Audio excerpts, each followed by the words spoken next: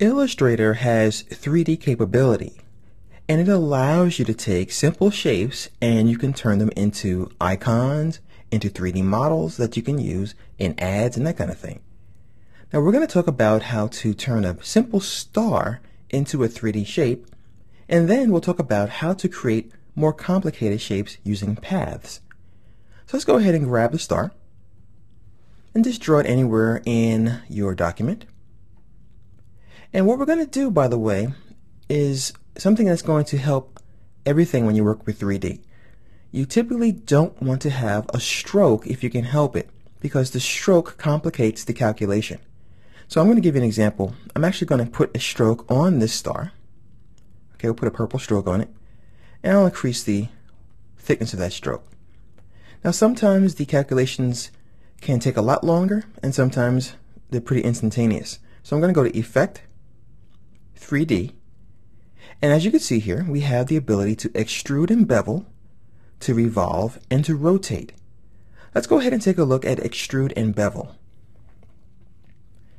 Now as you can see by this icon here, an extrusion is simply taking something and adding width to it. Imagine making a cookie and it's completely and utterly flat like paper. And then when you put it in the oven, it puffs up. You're extruding the dough, so the cookie's getting thicker. Same thing is true here. Imagine this is completely flat, and when we cook it, it's going to puff up. We can see this when we hit the preview button. Notice that we have a lot more depth now. And in this case, the stroke really didn't slow us down. From my experience, you'll find that the stroke will slow you down most when you choose the revolve operation, which we'll talk about in the next part. So, as you can see here, when you deselect, you see an extruded star.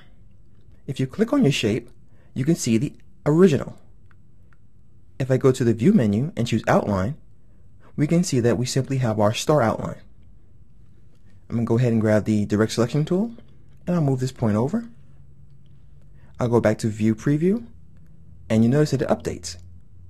So whatever happens to our shape happens to our extrusion and our 3D effect. And as this is a live effect, we can change it at any time. Let me undo that a couple times.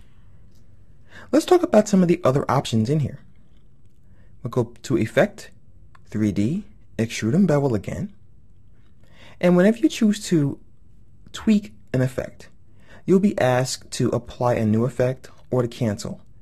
So I'm going to say Apply New Effect. The dialog box opens up, and we can have some choices here. We have this ring that we can use to rotate our object, and we can also click inside of this shape here to dictate how our shape is going to be extruded and rotated. You'll notice we have a preview button is deselected, and I highly recommend having this off when you're making some changes here.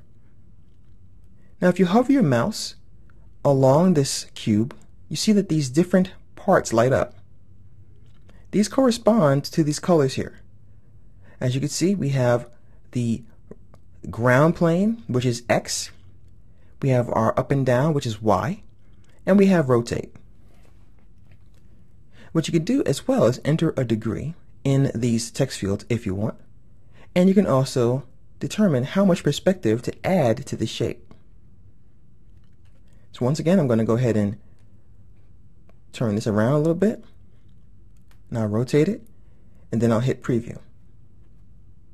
And the star does exactly what happens here.